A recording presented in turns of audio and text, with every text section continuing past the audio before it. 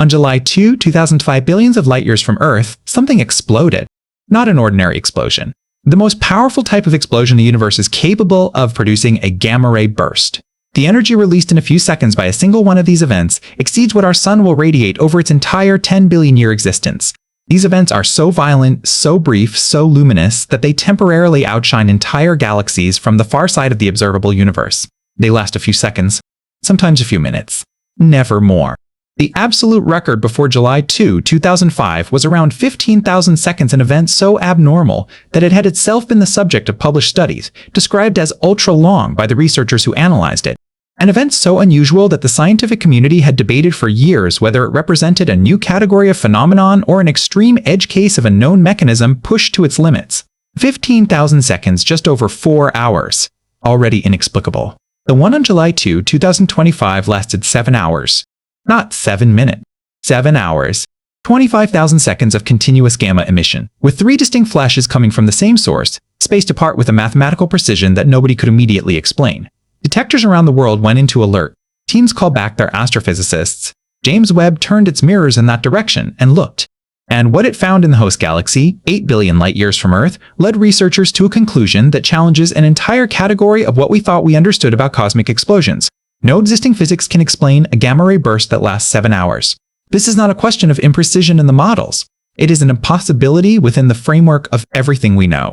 What happened on July 2, 2055 is either an entirely new phenomenon or the first direct observation of an object that astronomers have been searching for over decades without ever being able to confirm it. In either case, what this explosion reveals about what exists in the universe is different from what we believed before that day. To grasp the scale of what this discovery represents, you first need to understand what a gamma-ray burst actually is, not the term, not the acronym, but the physical phenomenon in all its raw brutality. Because it is only by understanding why an ordinary gamma-ray burst is already something unimaginable that you can measure how much a burst that lasts 7 hours represents something that should never have existed. What a gamma-ray burst is and why 7 hours is impossible to understand why Gerby 25572b is extraordinary, you first need to understand what a gamma-ray burst is. Most people have heard the term. Very few understand how violent these events actually are. A gamma-ray burst grab is the most powerful explosion the universe is capable of producing. Not the most powerful we have observed. The most powerful that is physically possible in a cosmos governed by the laws of physics as we know them. More powerful than a supernova, the explosion of an entire star. More powerful than the collision of 2 neutron stars. More powerful than any other category of event cataloged since humanity began observing the sky. Here is how to put that in perspective. The Sun, an average-sized star, burning for 4.6 billion years, expected to keep burning for another 5 billion, will radiate a certain amount of energy over the course of its entire existence. Not in a day, not in a century.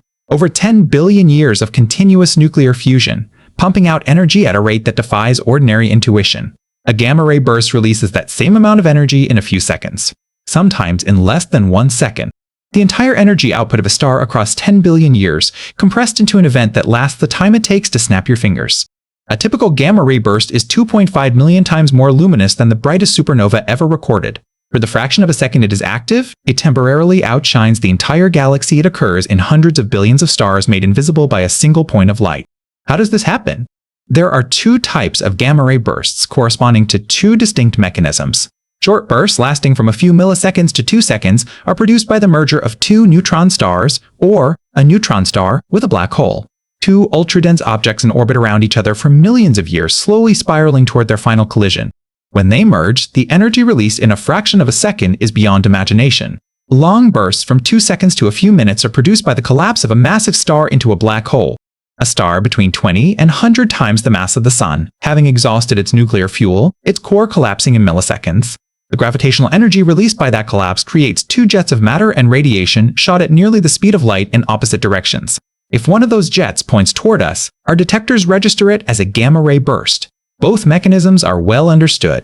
Both have known characteristic durations. Both are physically limited in time by the speed at which the process unfolds. Neither can last 7 hours. There are a few exotic mechanisms proposed to explain unusually long burst stars with unusual internal structure collapsing more slowly, exceptionally thick accretion material around the newly formed black hole, jets struggling to punch through the stellar envelope. These mechanisms can sometimes account for bursts a few hundred seconds longer than normal. They don't get close to an hour, let alone 7. And they don't produce a structure of 3 regularly spaced flashes. The previous record for a long gamma-ray burst was around 15,000 seconds, just over 4 hours, an event itself so abnormal that it had been the subject of dedicated studies. RB 2072b broke it. 25,000 seconds. 7 hours. And it's not just the duration that is the problem, it's the structure. 3 flashes, time like a clock. An ordinary gamma-ray burst is a single event. One explosion, one jet, a signal that rises, peaks, and fades. Not GERB 25772b or B 20572b was actually 3 distinct events coming from the same source on July 2, 2055. Astrophysicists named them 25072b, 25072b, 25072b, and 25072b, 3 separate bursts from the same region of space in the same host galaxy. The total duration spanning those 3 events stretches across more than 7 hours. What alerted researchers was not just that 3 flashes occurred. It was the timing between them. The gap between the first and second burst, 28205 seconds. The gap between the second and third, almost exactly 4 times 28825 seconds.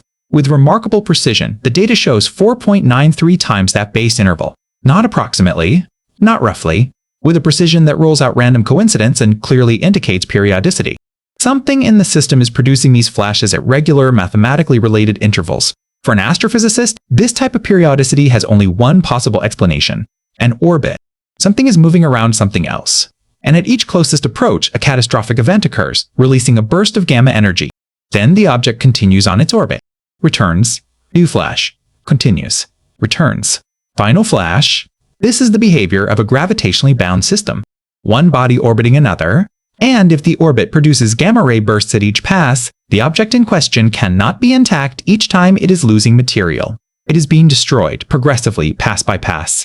Think about what that actually means. We are watching, from 8 billion light-years away, the fractured death of a celestial object.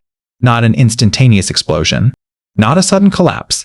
Something that passes, loses part of itself, moves away, comes back, loses more, moves away, returns one final time. 3 passes. 3 strippings. And between each pass, thousands of seconds of silence during which that object continues orbiting, shedding mass, spiraling into a tighter and tighter orbit until the final pass. This is the most violent physics imaginable, unfolding like a countdown. The question that immediately arose? What kind of object can be progressively destroyed over several hours by something powerful enough to generate gamma-ray bursts while surviving multiple passes? And what kind of object needs to have the gravitational pull required to do that? The hypothesis: a white dwarf being devoured by a ghost black hole. To answer those questions, you need to understand 2 objects that most people have heard mentioned, but few actually picture clearly. The first, a white dwarf. When a star like our Sun reaches the end of its life in about 5 billion years, it does not explode. It swells into a red giant, ejecting its outer layers into space. What remains is the bare core of the star. A compact, extremely dense object, roughly the size of Earth, but with a mass comparable to the Sun. No nuclear fusion, no more fuel. Just degenerate matter held together by electron pressure, slowly radiating its residual heat into the void. That is a white dwarf. The density of this object is staggering. A teaspoon of white dwarf material weighs roughly a ton. And it is precisely the density that plays a crucial role in what happened on July 2, 2005, because a white dwarf is compact enough to approach very close to a black hole without being immediately torn apart all at once. The second object, an intermediate mass black hole. Astrophysicists are familiar with 2 categories of black holes.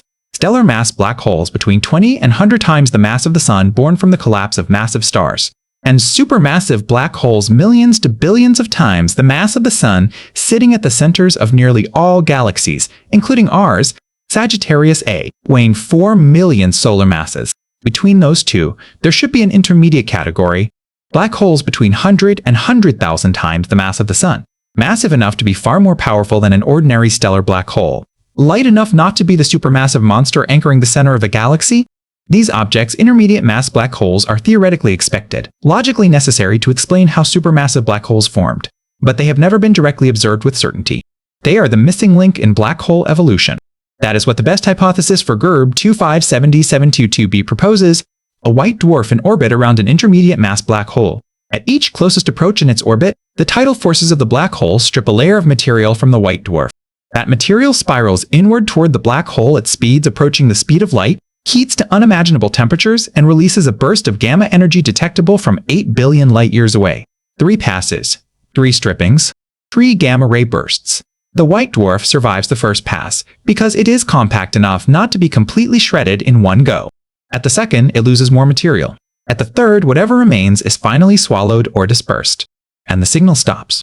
To get a sense of what these numbers represent physically, at each closest approach, the gravitational tidal forces of the black hole exert a stress on the white dwarf that far exceeds the force holding the star's structure together.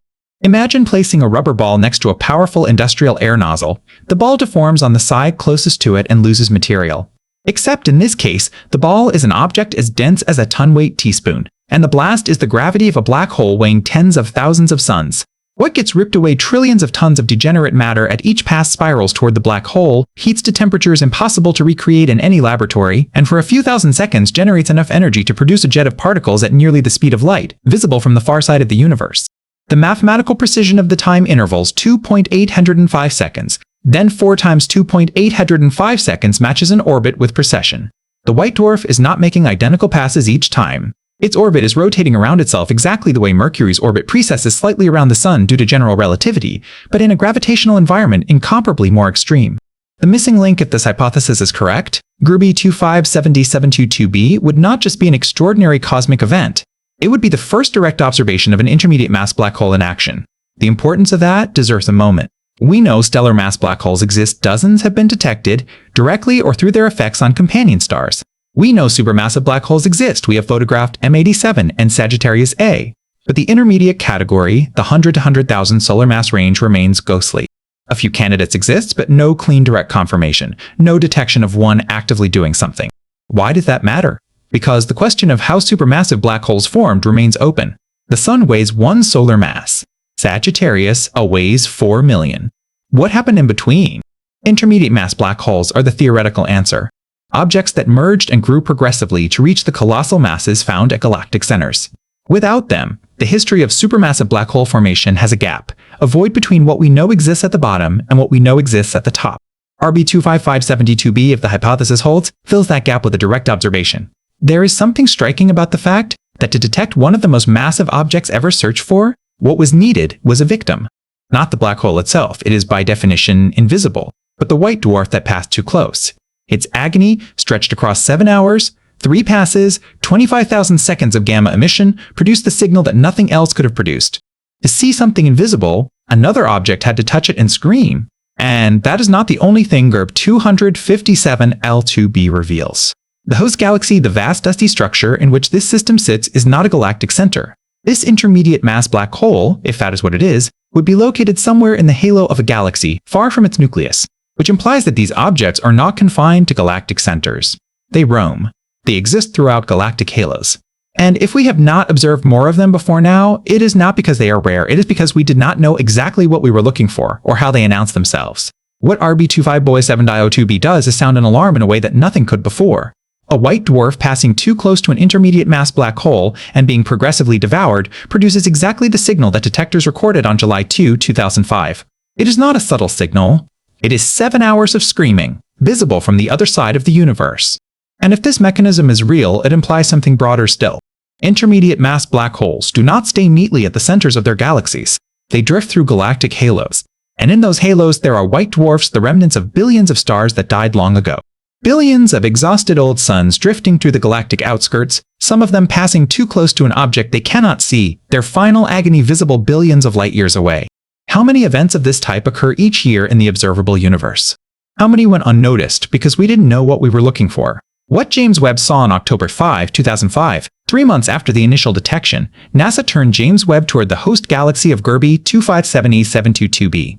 The James Webb Space Telescope is not a gamma-ray detector. It observes an infrared thermal light, wavelengths that penetrate dust clouds that ordinary telescopes cannot see through. That is exactly why it was essential here.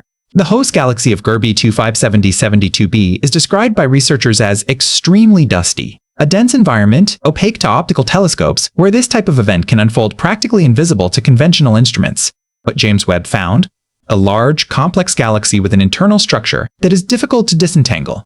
The explosion itself, if it was still leaving a trace 3 months later, was barely detectable, extremely faint, lost in the surrounding dust. But the galaxy is there. The environment is real. And the characteristics of that galaxy match the type of environment where intermediate mass black holes could sit far from the central nucleus. What James Webb cannot see directly is the black hole itself. No telescope sees a black hole, no light escapes it.